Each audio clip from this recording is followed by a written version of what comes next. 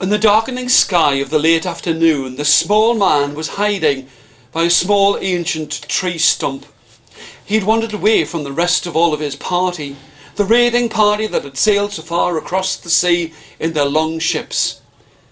They'd come to this place, a place that they'd heard of, a place that many said was peopled by monsters.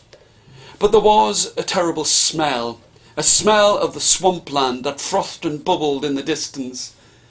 And he wasn't frightened, for he knew that there was a monastery, an ancient monastery, at the edge of this town, and he was going to go deeper into the heart of the ancient village to try and see what he could find.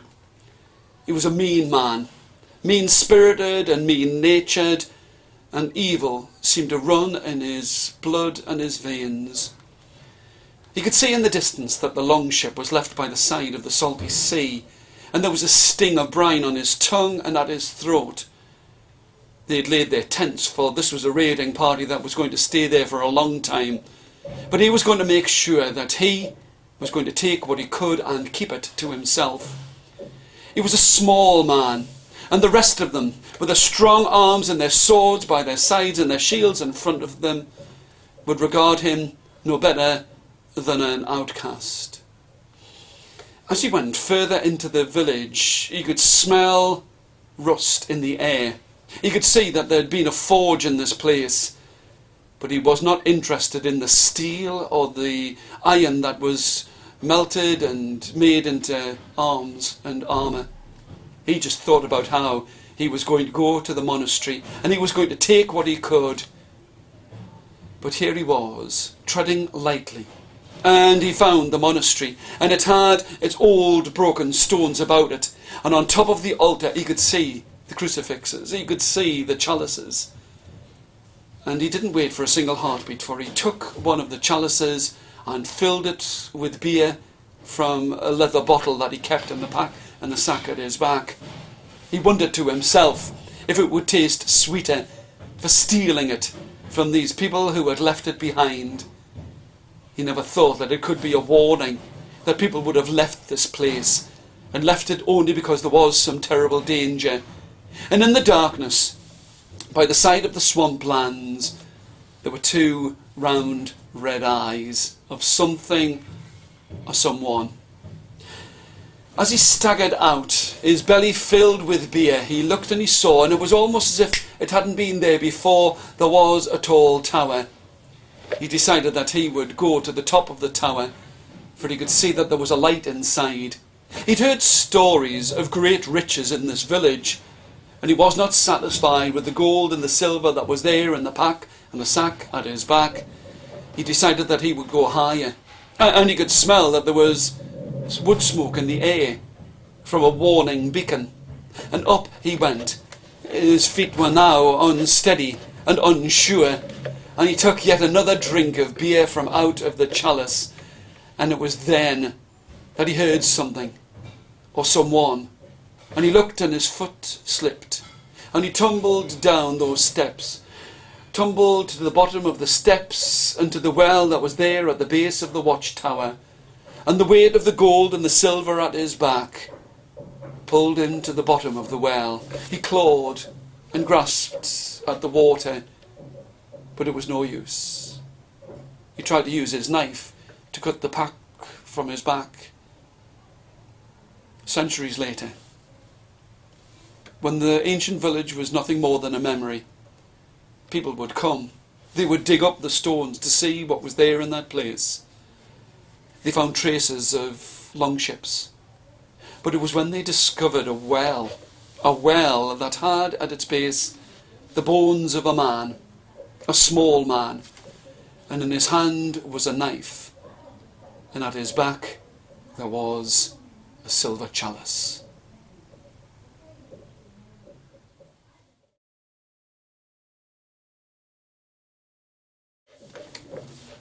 As the sweltering dawn arose, the boy was standing there. He could see that the sun was rising between the mountains. When he looked towards them with their snow-capped peaks, he thought that his heart would burst in his chest with happiness. for usually sadness wrapped its fingers about his heart and closed it in, and he never felt as if he was alive, for he was forced to work by his parents, forced to work on the hard, dry earth, on the flat African plains. He would arise before the sun would come up, and now, as the dawn was breaking, several hours since he'd started to work, he was feasting on red berries. They were juicy. The juice was running down the side of his chin. Sometimes he felt as if this was the only food that he would get within the whole of a day. This was his breakfast, his dinner, his tea. But he worked hard, and he was strong. And for all he was strong, he was kind and helpful. Now, many people would come to this place. Tourists would travel from all over the world to gasp in wonder at the huge mountains, the flat plains, the miles and miles of crops that would grow. But this boy would grow crops that he did not recognise, and he would never taste the things that he would grow, for they were for those who lived far across the sea, who wanted to have these strange vegetables at any time of the year. And he would grow them, and cut them, and load them, and carry them, and never taste a single one. His job was to cut down trees so they could flatten the earth, and they could build more fields that would be filled with crops that he did not recognise. The tourists would stand there, gape and gape at what they did, and as he was sawing down at a tree, he looked down, and there he could see something glittering and gleaming. It was round, it was shiny, and he looked and he saw that it was a watch, a beautiful watch, a watch that could have fed his family for a year. It would have cost a year's wages to buy it. And now a tourist had come to this place. The sun was sweltering upon his skin, but still he worked. But he reached down with his fingers towards this watch and picked it up and wondered what he could do. He thought to himself, I have found many places, and I have found many things.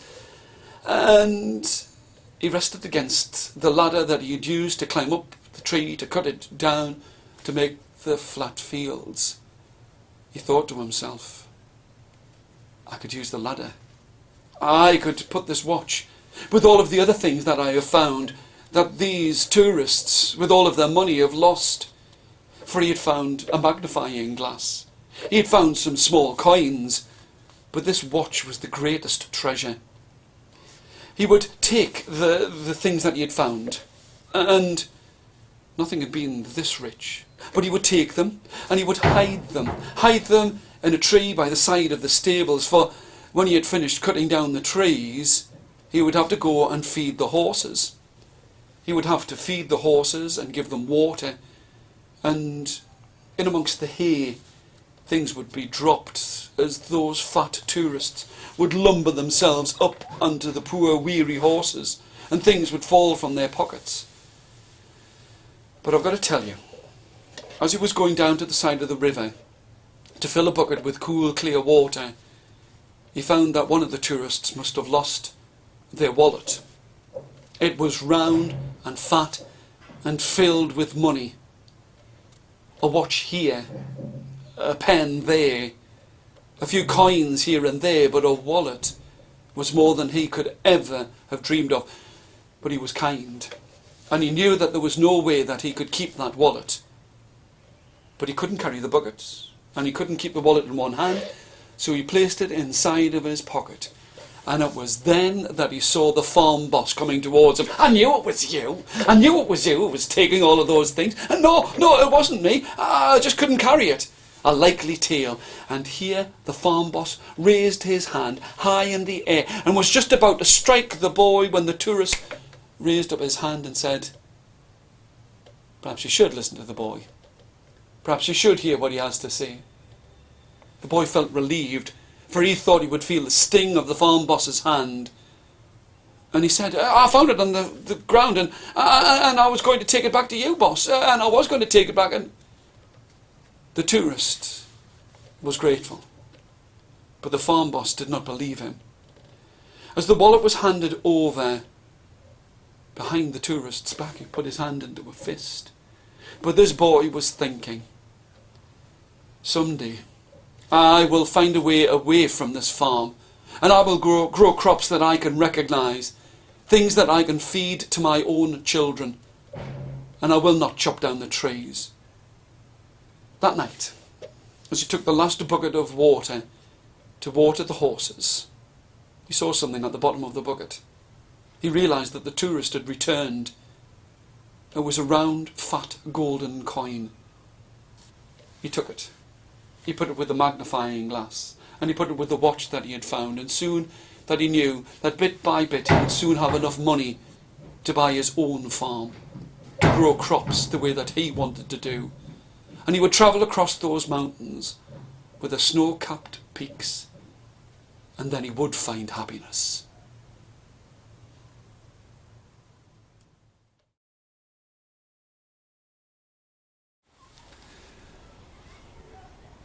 Not even having to walk back from work in the freezing cold on this winter's evening would stop this girl from feeling happy. She was good, and she had bright blue eyes that sparkled as she walked along the road. This was a city, a rich city filled with huge, tall buildings. But she knew that if she was going to be walking back home, she would have to go along that straight road, the straight road that led up the hill. But there was still a sparkle in her blue eyes. She thought to herself, I've finished my work, and at least now I can rest.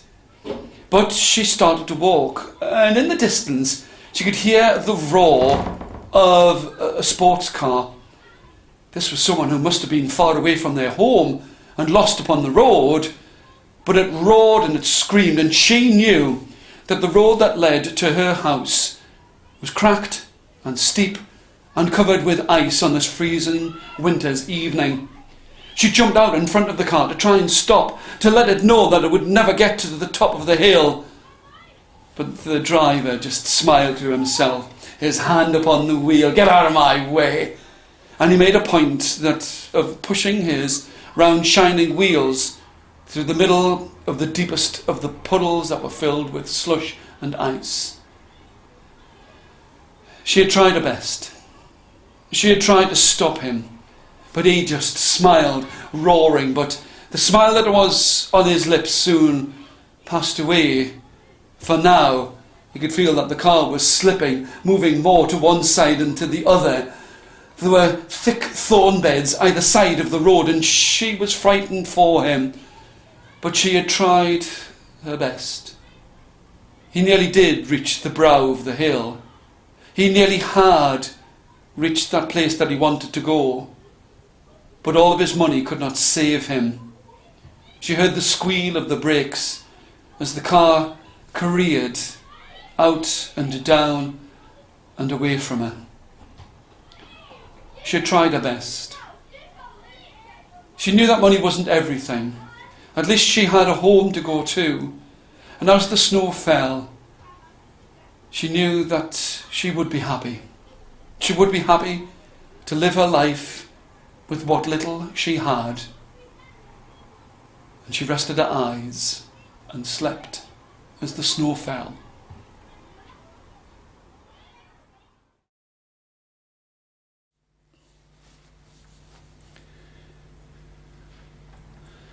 As the clock struck midnight, this girl, who was tall but poor, was running on her way back home. Now, she'd hurt her leg at work, and she'd had to work right from the very beginning of the day, from before the time that the dawn had arisen. And I've got to tell you, she was running as quickly as she could, for she knew she would only get a few hours' sleep. But as she was running through this old village, there was a high street, and there were houses either side of the high street. There was one single shop. She was running along, and when she came to the village square, where there was a single old oak tree, she could hear sweet music. Now, she did want to get back home. She did want to feel a soft pillow upon her head, and she did want to fall into the arms of sleep. But she was curious. She could hear that there was sweet music in the air. Sweet music that was rising higher and higher into the air, and the girl slowed her heavy pace. She forgot about the pain in her leg. She still kept running, but it was when she came to the side of the old oak tree, and as the last of the bells was sounded for midnight, that she saw that there was an old woman. And it was in fact the old woman who was playing the flute. Sweet, clear, clean music rising up into the air at this unearthly hour. The girl slowed down. The old woman stopped. "Well, my dear, would you like to hear some more music?" "Oh, yes, please," said the girl. "And you shall listen. It will take away that pain in your leg." And the sweet music rose into the air, as clear as honey, sweet upon the tongue and the ear, and it made the girl's heart jump inside of her chest. "Now, my dear," said the old woman, "now, my dear, I'm sure that you would wish to be able to play this music, would you not?" "Oh, yes." Now, the girl had never had the chance, or the money, or the time to play musical instruments. And she looked at the woman, and the woman smiled. It was a cracked, thin-lipped smile. "Well, if you would wish to play some music, all you have to say to me is, 'Place that flute upon my fingers, please.'" The girl thought that this was very strange, but she looked and she said, "Please, place the flute upon my fingers." "Are you sure?" "Oh, yes, I really would wish to play the music." "Are you truly sure?" "Yes." The girl was starting to become impatient. The old woman reached with the flute and placed it into the girl's fingers. "Are you sure that you wanted me to give this to you?" "Yes, I really do." "Are you truly sure that you wished for me to place that flute into your fingers?" "Yes, I did want..." And it was when the girl heard her own voice. She looked at the old woman, and it was then that she could see that the old woman had a smile upon her lips, which were fuller and rounder and redder, and a cat was moving in between her feet. "Well, I shall give you more than just the flute." The old woman's back was straighter. Her skin was tighter on her bones and flesh, and it was when the girl raised the flute, for now she was impatient, she raised it to her lips and sweet music came from it, and yet she had never played a musical instrument in all of her short life. And she looked at her hands, and it was then that she could see that her fingers were more bent. Her skin was looser on her bones. Her back felt pain. "Oh, I shall give you more than just the flute. You shall have my cat as a companion." And now the cat was moving in between what had once been a young girl's feet. For now, this woman realized that she had been given more than just the flute, and more than just the cat. For that old woman was now tall and strong and straight, and she had given the young girl her age. "You will have to play here. You will have to see if you can find a foolish young thing that will come and ask and say the words, 'Please lay that flute upon my fingers, and you have released me, and I shall leave you here.'" And the girl, who was now an old woman, would stand there in the middle of the square by the side of the church, as the old bell would ring out midnight, and she would hope and pray that someone, as young as she had once been, would come to that place and beg for the flute to be placed into their fingers. And she knew that as she played, she would not wait for a single heartbeat. She would not hesitate. She would hand the flute over as soon as the words were spoken.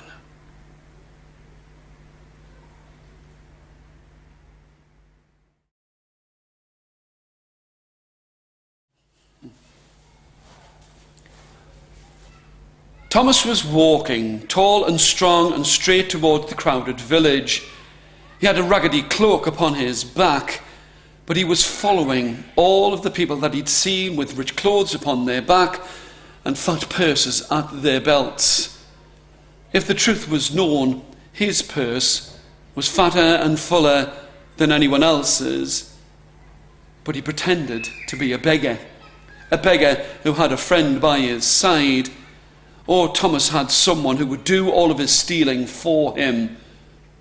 But Thomas, as he got closer towards the village, decided that it would be time to start to hobble so that others would feel sorry for him, and without even having to try or to steal, he would find himself with food in his belly and somewhere to stay.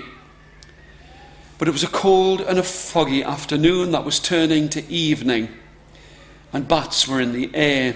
There were plants and flowers at the edge of this crowded village, and he could see that there was a herd of 2 cows. And where there were cows, there was milk and cheese and food. So he sent on his servant ahead of him. John knew what it was that his master did, but he didn't care. At least there was no coldness at his skin. At least there was no hunger in his belly. And if the money was come from stealing, if it was to come from robbing, if it was to come from being a beggar, then that was better than starving upon the street. But it was as he was walking towards that farm that Thomas could see someone speaking to John. It was someone that he'd met in another village, someone who would recognize him, someone who would know him, and someone who would tell everyone inside of this crowded village that he was nothing more than a fake, someone who was pretending, someone who would take their sympathy and their money. But it was too late. For the farmer recognized John and knew that where John was, then Thomas the beggar would not be far behind. You could see him beckoning towards him. "Come here, my friend John. I know that these are hard times indeed, but you're welcome. You're welcome to come, and I will keep your secret. I will not tell anyone what it is that you do, for these people are indeed rich, and I am not as rich as them, and they are not my friends. But I will give you something, and I'll tell you this. I will give you something." And here he said, "I will give you this." And it was a cup, a silver cup, a chalice that had been taken from out of a church. The inscription could not be read, for it was written in a language, in Latin, that he could not read, and John was pleased of it. But yet he couldn't believe it, that this friend, this farmer, who could have given away his secret, was saying, "I'll tell you this. There's a place, a dark tunnel. There's food in that place. And I've got to tell you, by there, you'll be able to find a place where you'll get shelter, and I'll give you some food, and you'll be able to drink out of this silver cup. You'll be fine. No one will bother you there. Come back to me tomorrow, and I'll give you some food, and I'll point out who are the richest people inside of this village. For you, with your fast fingers, can take anything that you want." Thomas the beggar couldn't believe it. But he took the silver cup. The last thing he was going to do was keep it. He could sell it. He could have money, even more money inside of his fat purse. But he and John walked to where they'd been told that there was a tunnel by the side of the river. But as he was sitting there, and as he did take a drink of the sweet cool water from the river, he could hear voices. There was one voice that he recognized. It was the farmer's. He'd been set in the middle of a trap. For everyone was raising a great hue and cry, and they were all charging towards him. Thomas and John splashed into the water, ran along that great tunnel. You could hear them all shouting, "Thief! Thief! You have taken our chalice from out of our church. We can see it in your hand." For Thomas the beggar had been taken in. He'd been stolen of his disguise. He'd been cheated of his chance to steal. Inside of the town, the farmer became well known, found himself with many friends, for he was the one who would warn them about Thomas the beggar and John, his servant. The cup was never found. The tunnel was boarded up. Nothing was ever heard of Thomas the beggar again. But there was one man in a village not so very far away from that place, John, who did not steal, who did not beg, but found himself happy to work hard on the soil with just a sliver of silver in his pocket and a smile on his lips.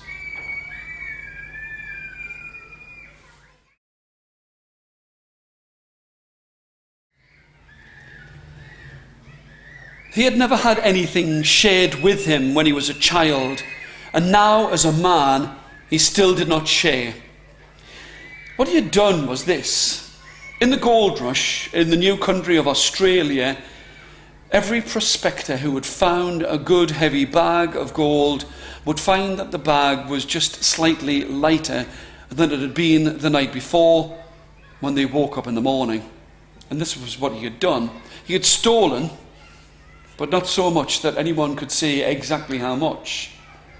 But each small part would become a bigger part, and soon he had a lot of money. And money breeds money, and he was rich, and people would whisper behind his back that he was nothing better than a thief, and he didn't really care, but he grew tired when people would spit when they called his name. They would clench their fists behind his back.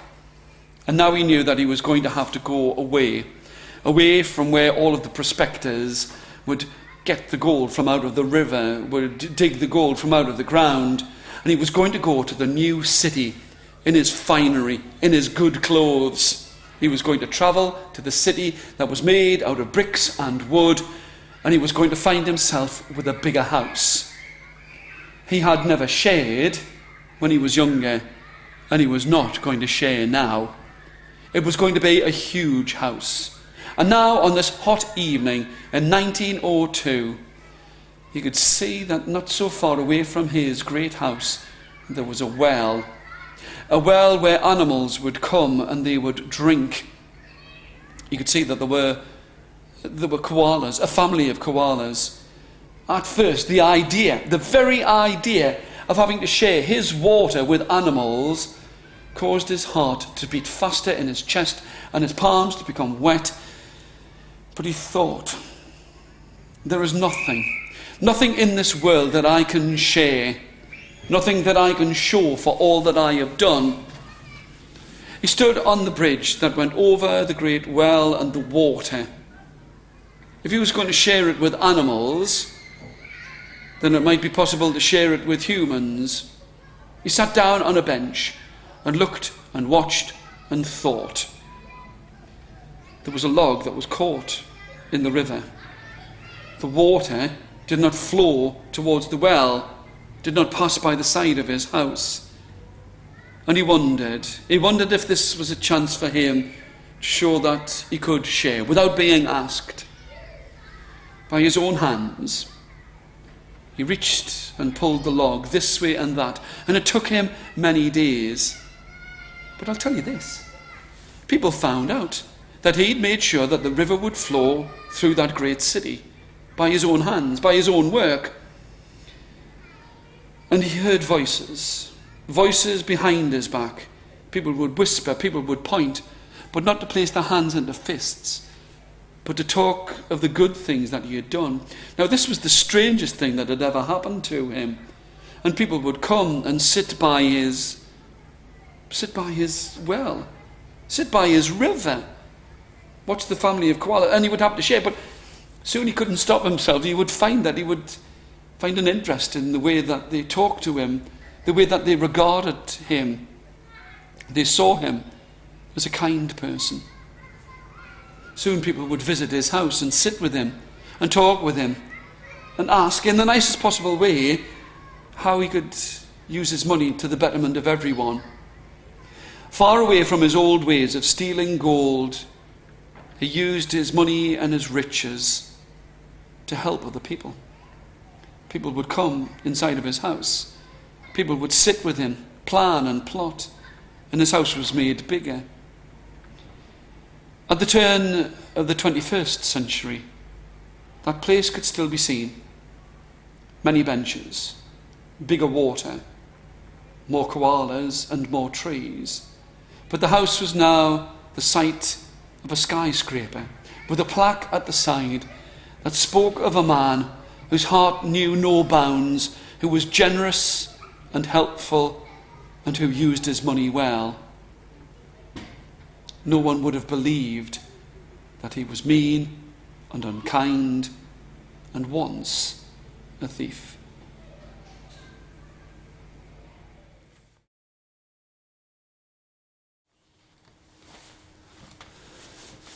Elizabeth was on the throne, and it was a new era and a new age and a new world.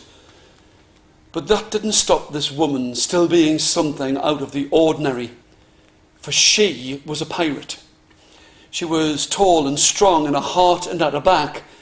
She held a sword, a cutlass, razor sharp at her belt, and she would not hesitate to use it, because all she wanted in all of this new world was to find treasure.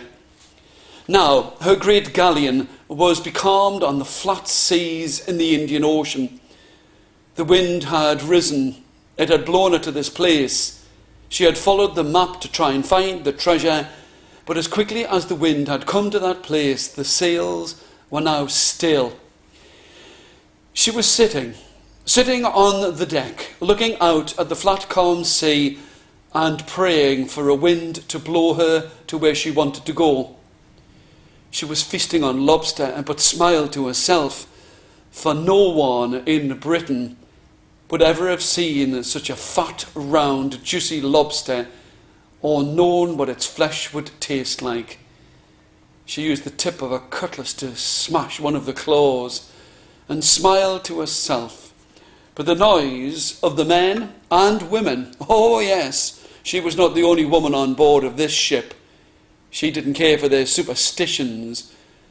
But the men and women who were working hard on board of the deck and listening to the sound of a drum being beaten for a shanty, all of them suddenly started to yell and cry, for that sound of the drum turned to the sound of alarm, for there was another ship. There were men who were chasing her, not just because she was a pirate, but because she was a woman and did not seem to know her place. And they had chased her. They had followed her on the same wind, but it seemed that they had brought the wind with them, for their sails were filled, and her galleon was lying flat and calm. And it was then that you could hear the sound of shot, the sound of cannonballs whizzing through the air, and she was frightened. She wondered what it was that she could do, for there were many ships to her single one. She prayed. If she could have blown the sails with her own breath, then she would have tried. But the wind was starting to pick up, but it made no difference, for some chain shot ran through the air and broke the mainmast down to the ground. She wondered what was to become of her. She had travelled far to try and find treasure, but it didn't seem that her luck was going to follow her. She was going to be a true captain. She stood upon the deck as one cannonball pierced the wood beneath the waterline, and the ship was going down. She thought to herself, what is it that I can do? What is it that I can do? And she saw that the last piece of timber, a part of the mainmast, was stuck in the water. As the ship sank beneath the water, sank beneath the waves, sank and went underneath the water, so far away from her home, she took a thick, heavy coat from off her back, for she knew that it would drag her down. But she would not let go of the cutlass. She clung on to that piece of driftwood and drifted far and wide. And when she awoke, she found herself far away from the Indian Ocean, but in a part of the world that she had never seen. She was surprised. She was lying in a flat, soft feather bed, for without that great coat upon her back, without the great pirate's hat upon her head, she looked just like any woman. She did not tell them that she had been a female pirate. She did not tell them that she had sought treasure. She realised that in all of her travelling, the greatest piece of treasure that ever she had got was not the gold that had now sunk to the bottom of the ocean. It was that piece of the mast that she had clung to, that had drifted her to the side of the sea, where she'd found shelter. Where once she had held a cutlass in her hand, she would now hold a fan. She would smile. She would do as she was told. She would kowtow in this man's world until she had a chance to find another galleon. And then she would show those men just what a true pirate really was like.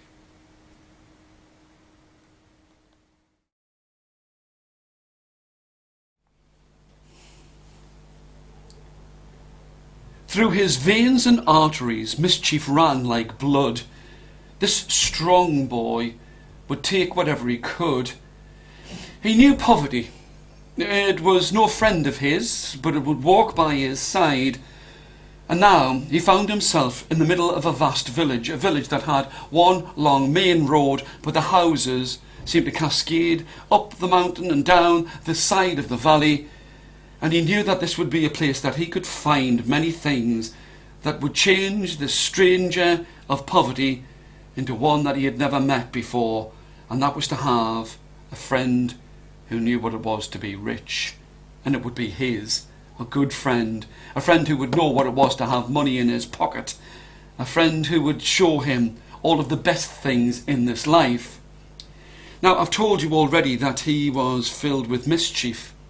And on this first day of August, after having travelled right through the whole of the spring, he found himself standing beside a mother and a child. The mother was just about to go into a shop, and the baby was there, and in the baby's arms there was a teddy bear, small and soft to the skin. And because for no other reason than he could, he took it from the child and ran. The mother came back from out of the shop, and there was something in the hysterical sound to her voice and the way that the baby screamed that it caused him to smile. He thought that he would hold this teddy close to him, and it was then that a plot came into a scheme that he thought that he would use the teddy to keep all of the things that he would steal from this village. Now, he was quick-witted. He was no fool, and he found himself with having to take pieces of the stuffing from out of the teddy, and they would be replaced by rings and bars and jewels of gold. And soon, where once it had been soft and fresh to hold, it was now heavy and hard to the touch. But that just made him smile even more. Now, he had stolen many things, but it is difficult to walk into a shop and buy something when you can use a ring upon a finger, when you can use an earring or a necklace. So he knew that he would have to convert all of the things that he had stolen and change them for money. Now, there was one thing that he had taken from the great house that was there at the top of the hill, and it was a diamond ring. But this diamond had a look of grass inside of it. It was green when sunlight played upon it, and it would cascade light all over the walls.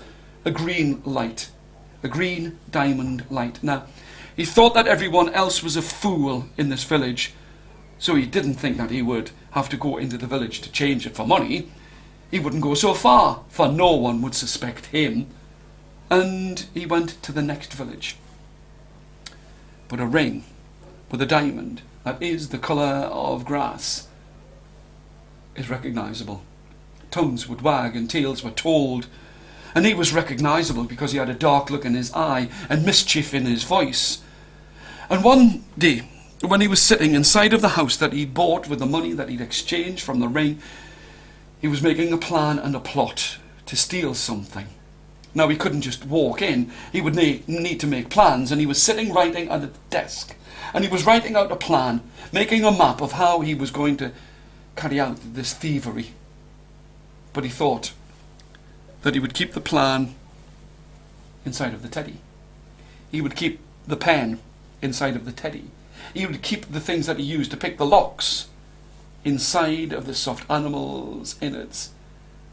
And it was then that he heard a great knock upon the door, but he stood there confident.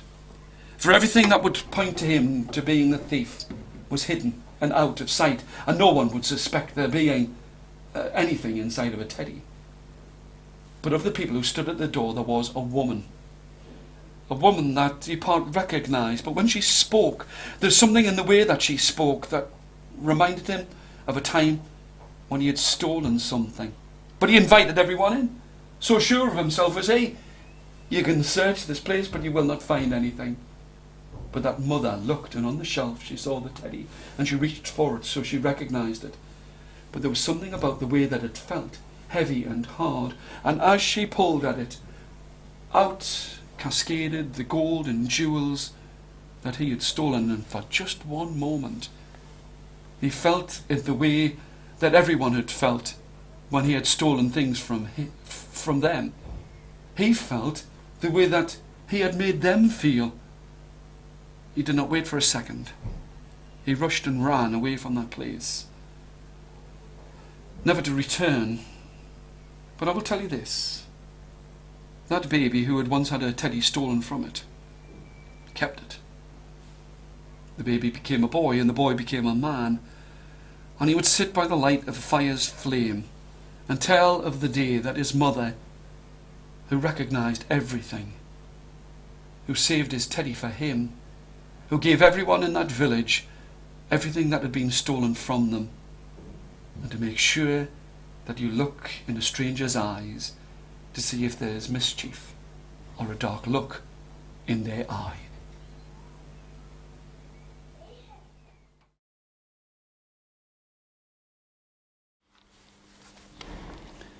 If she ever possessed anything, then she would always make sure that she shared it with others, down to the fact that sometimes she would even give everything that she had away to others. That was just the way that she was.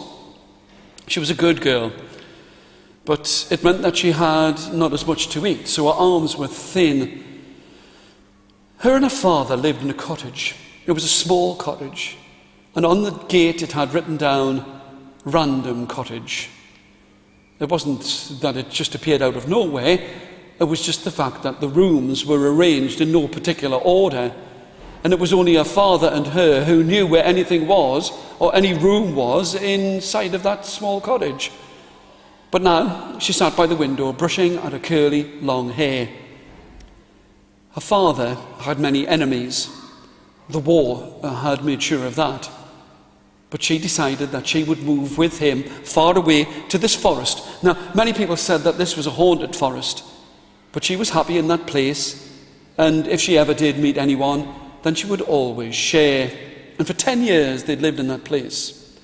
But now, on this foggy morning, when the sun was trying to burn the fog away from the sides of the trees and the hills, she looked, and by the river she saw that there was a bottle, and by the bottle there were marks, shoe prints, and she knew that there must be better shoes than hers, for she and her father had lived in this place, and she'd never had a new pair of shoes. They'd always been cobbled and mended, but she could recognise a good shoe print when she saw it in the soft fine mud by the edge of the river. She wondered what this bottle was doing there. She looked towards the message, and before she had a chance to read the message, she dropped the bottle, for there she could see, arising almost like a mirage out of the fog, she could see that there was a dwelling. She wasn't sure what it was, but it looked like a tent, and outside of the tent there was a girl. The girl was about the same age as this kind girl. They looked at each other. "Is there anything that you want? Anything that you need?" said the kind girl. The girl said, "We have sailed down the river, my father and I. We have sailed down this place." But when this stranger had mentioned the word father, I've got to tell you, it shot something through the girl's heart. She was curious, but she wondered. She thought, since she'd never read a newspaper, perhaps the war was over. And the two of them became friends, but they made sure that the fathers did not meet. She didn't care about that. The two of them explored the area. They went down by the side of the river. They went to where there were dark caves. I've got to tell you, one day, as they were walking hand in hand by the side of the river, the kind girl saw the other girl's father. "Oh, my dear," his voice was sweet. "Oh, my dear, is this the girl that you've told me about? Surely you would need to have a drink on such a hot day as this." And it was true, for the sun was scorching on the dry earth beneath their feet. "Here." And here he pulled out a cup, a flask. It was beautifully painted. And without thinking, she brushed her long hair away from her eyes and took a sip of the water. But the instant that the water lay upon her teeth and tongue and lips, the world started to swirl about her. She fell to the ground, and she looked. This other girl's father's tone of voice changed. "Good. You've done a good job. We've got rid of her. Now we've just got to find the father."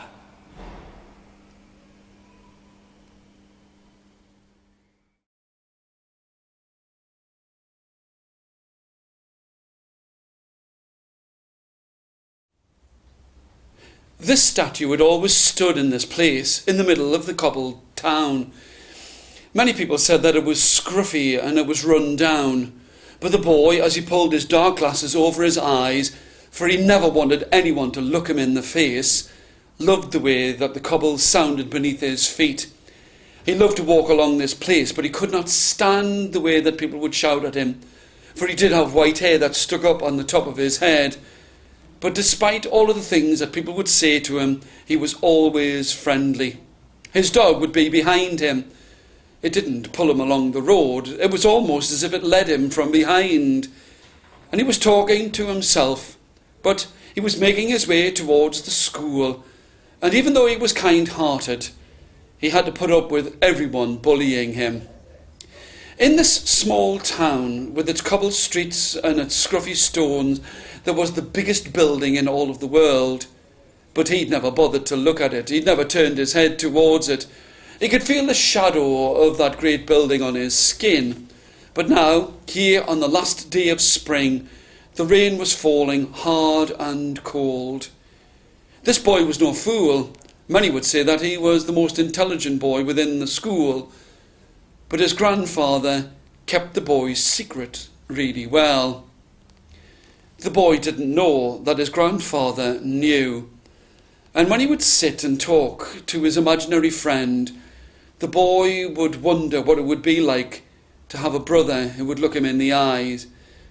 But the statue that had always been there, the statue of the Queen, held in its hand a hat.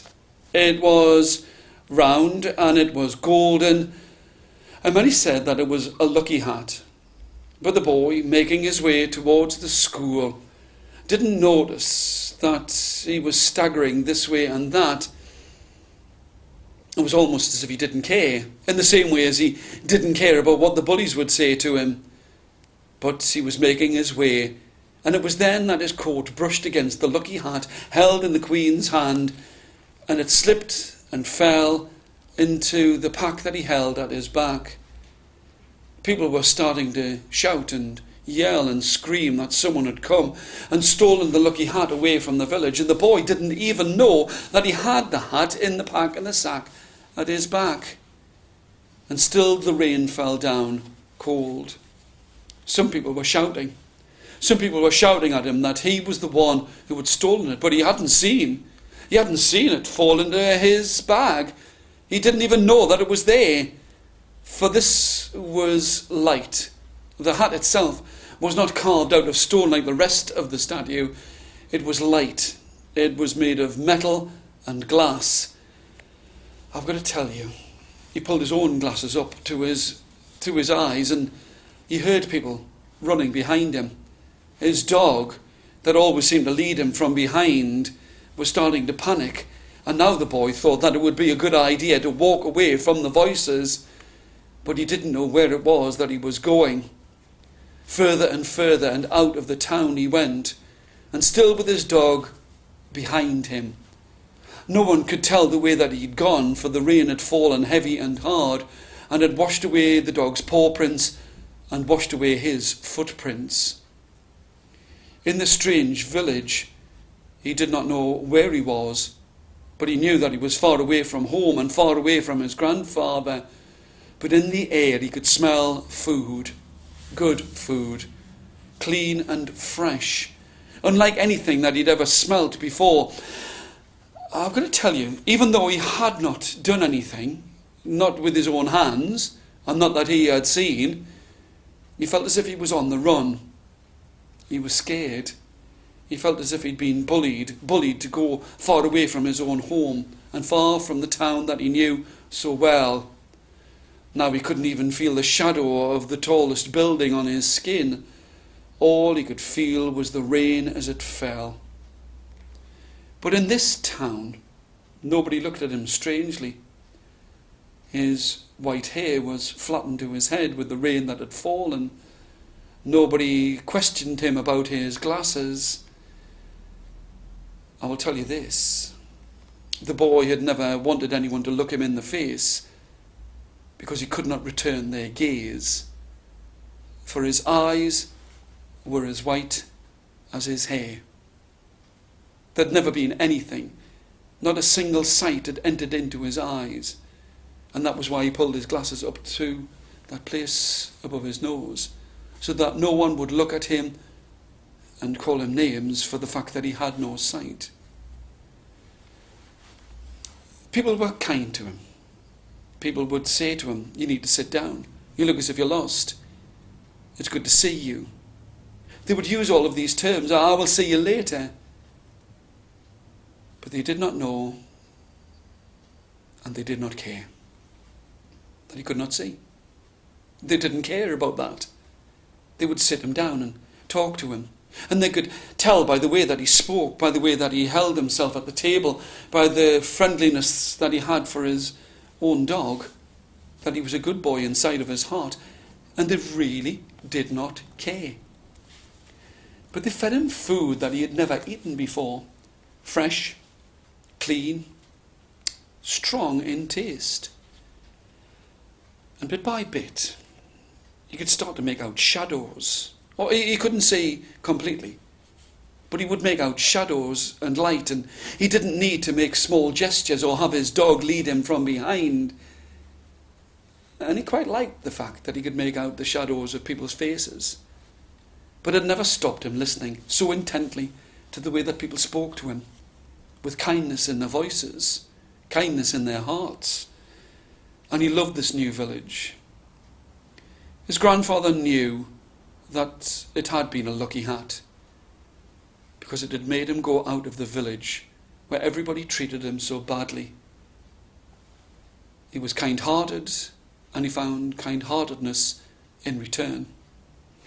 He'd been intelligent, and he found good conversation in return. Oh yes, he missed his grandfather. But he would remember. He would remember how his grandfather had kept a secret. Kept the secret that he'd never been able to see. And now, although he could not see so brilliantly well, he could make out shadows. But his senses always told him that in this new village he would find happiness and contentment and kind-heartedness.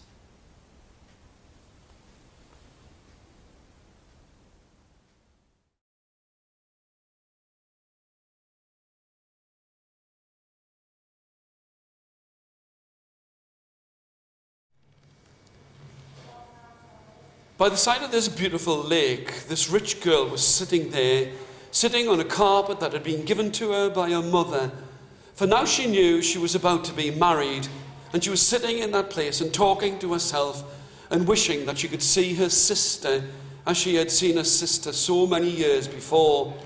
The two of them would have sat by the side of the beautiful lake, and they would have laughed and smiled. And she remembered, as she watched the frogs going into the deep clear water, she would remember a sister that she had not seen for so many years.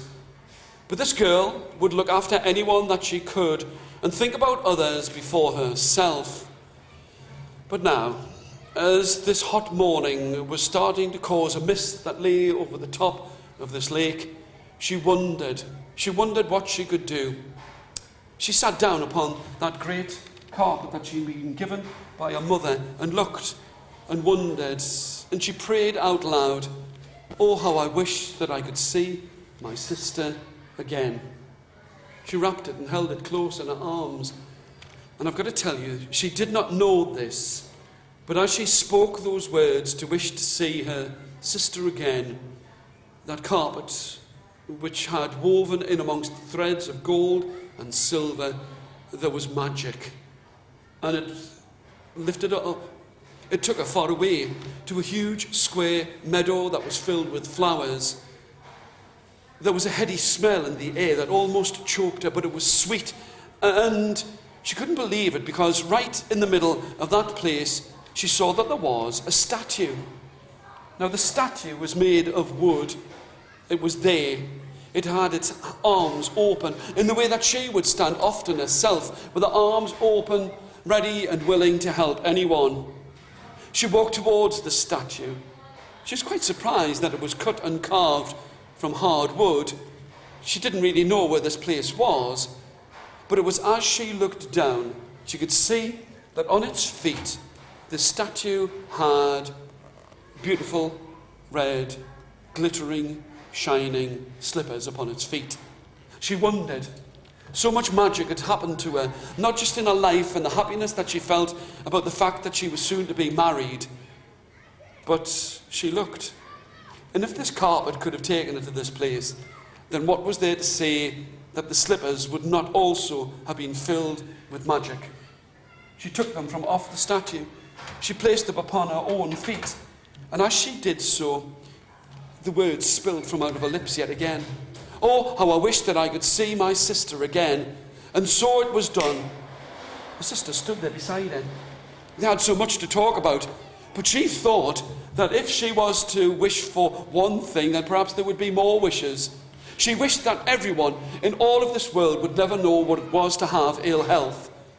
And it was done. And still the two girls, the two sisters, spoke together. She knew that she did not have to wish to go back to the side of the beautiful lake, for the carpet would surely carry the two of them.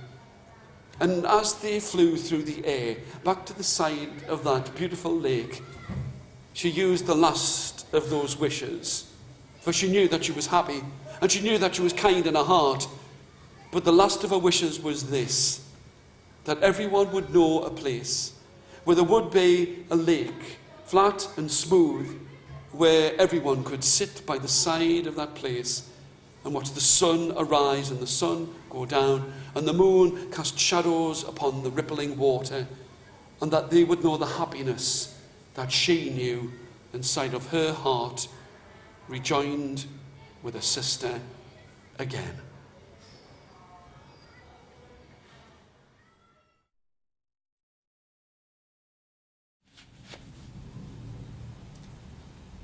He was the king of the city. At least that's what everyone called him. He was an old man, but still strong in his arm and tall. He had lived in this place when it had been a village, but now it seemed like that city had crept closer and closer and closer, and now the city had wrapped itself all about his village. He remembered a time when this place had been filled with trees, and now the only part of this place that had trees were the parks.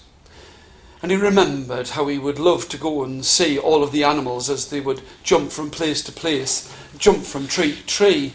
But now he would have to go to the parks to go and see them.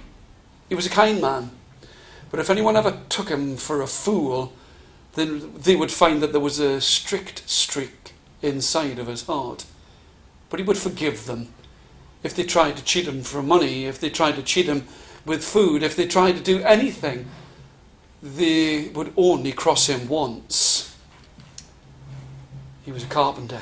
And at one time it had been easy for him just to go to the forest to fetch the wood. But now he would have to go into this busy and dark city, a place that was only peaceful first thing in the morning. And he would have to go to that place to get his wood. Sometimes it would make him smile, and sometimes it would make him angry. But on this winter's day, on a peaceful morning, because the city was only peaceful first thing in the morning, it was like a reminder of other winter's days that he'd spent with his wife. But now he was a king of the city without a queen. And it had been a winter, that dark day when he found himself alone. Now, by the side of this park, he had a knife in his hand, the same knife that he had used so very many years before, when he had cut his initials and his soon-to-be wife's initials into a small tree. He smiled to himself because he looked at the tree, and now it was wider than him and much taller than him. And he could still remember the perfume of the wood and the sap as he'd cut into the side of the tree. What had been small initials were now broader than his hand. But he knew that he couldn't stand here and stay here for too long, for sadness, like the cold, would wrap its fingers about his heart, and he knew that he had to go back, for he'd made himself some good, warming soup, some broth from bones, and it was when he walked back inside of the house, he could see all of the pieces of wood that he'd clamped together, and he would still use that knife, not to carve his initials or his wife's old initials into a tree, but to carve her name on the leg of every seat that he made, every table that he would manufacture, every seat that he would make would have her name upon it somewhere. He still hadn't learned to hang his own washing up, so sometimes his clothes would be rumpled and crumpled. But as he tasted the salty soup on his tongue, he smiled to himself. For there was one thing that he did do that always reminded him. He had taken all of the letters that his wife had written for him, all of the letters that she had written. He had kept them together in one of her old hair clips, and he would sit and smile and remember winters past when they had been the king and the queen of the city.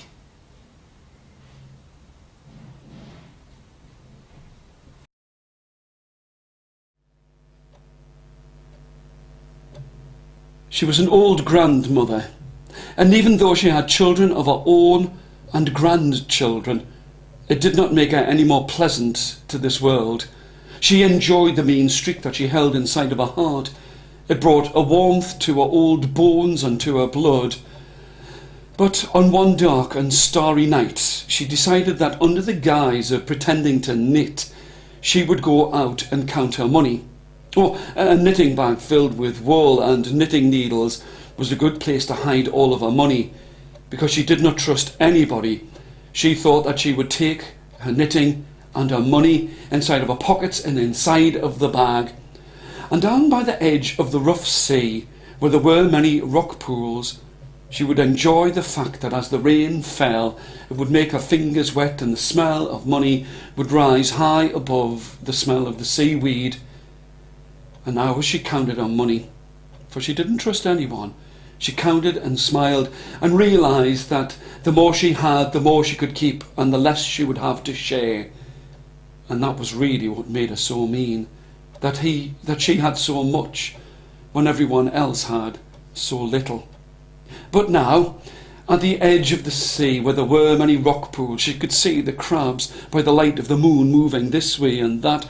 She sat herself down, and there was the click-clack, click-clack, click-clack, click of her knitting needles, and she felt sure that no one had followed her to that place. And so she took out her money. She would raise the golden coins up to her teeth and bite at it to make sure that it was truly gold. She would count the notes and love the way that the water on her fingers would transfer the colour of the inks on the paper to her own fingers, and the smell would still rise above the smell of the sea and the seaweed. But she wondered She wondered what she was going to do with all of this money and how much good it would do her, when, in the darkness, all of a sudden there came a great light. And it was then that she looked down and she could see that the waves were covered with litter and debris that had floated up and onto the shore and into the rock pools, and she might have felt sad, but it was the very fact that there was suddenly a bright light that went on and off and on and off, and she looked and she saw a tall building, a lighthouse, where there had never been a lighthouse before, and there was a great curiosity in her heart. So she decided that she would go to this tall old lighthouse and see who it was who was inside of that place. But she made sure that she buried her gold and her paper notes inside of the pocket of her dress. The wind was blowing so hard that as she reached her hand up to pull at the knocker upon the door, the wind blew it and slammed it against the door, and the door was opened, and she was still standing there with her hand half up into the air. And the door was opened by a giant of a man with dark eyebrows above his eyes, and he was brushing his teeth at the same time. What is it that you want? And even above the sound of the sea and the smell of the sea, he looked at her and smiled. You're someone who has a great liking of money. She wondered how he could know. She wondered if he could see inside of her soul and could see the fact that she had money about a person. But he did not invite her in. If you want to know where there's more money, then what you need to do is, and I'll tell you this, you need to go to the sea. And here he gave her a rod and a line and a hook. For there's a lot of money at the bottom of the sea. He did not say how she was going to get it, but by the way that he had handed her the rod, the line and the hook, she thought that if she stood by the side of the sea, then she could cast that line out and she would pull up boxes of treasure. So she didn't hesitate. Never a word of thank you to this man. She pushed the knitting inside of her pocket. But as she was walking to the edge of the sea, holding on to the rod and line, she was so excited that she did not notice that the knitting fell from out of her pocket and trailed over the rough rocks. But she stood by the side of the sea, cast out the line, and started to draw it in. But she did not catch anything, and again she threw it in.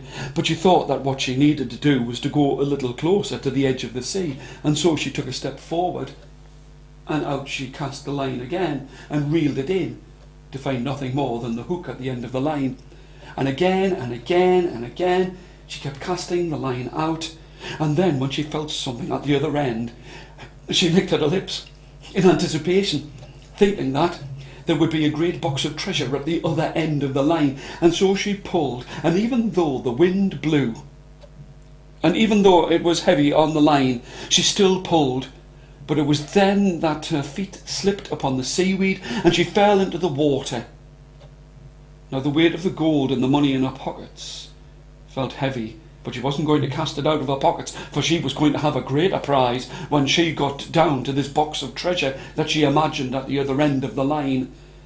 But further and further, her own greed, as she pulled on the line and the rod and the reel, pulled her deeper under the water, until she tried to take a breath, and she knew that she must try and get herself up to the top of the water so that she could breathe. And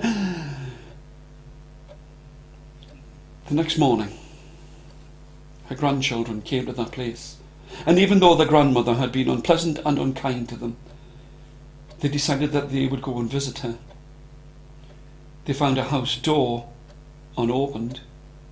All they could find of her was wool, an interminable thing that was part knitted, and her 2 knitting needles by the side of the rough and the rocky sea.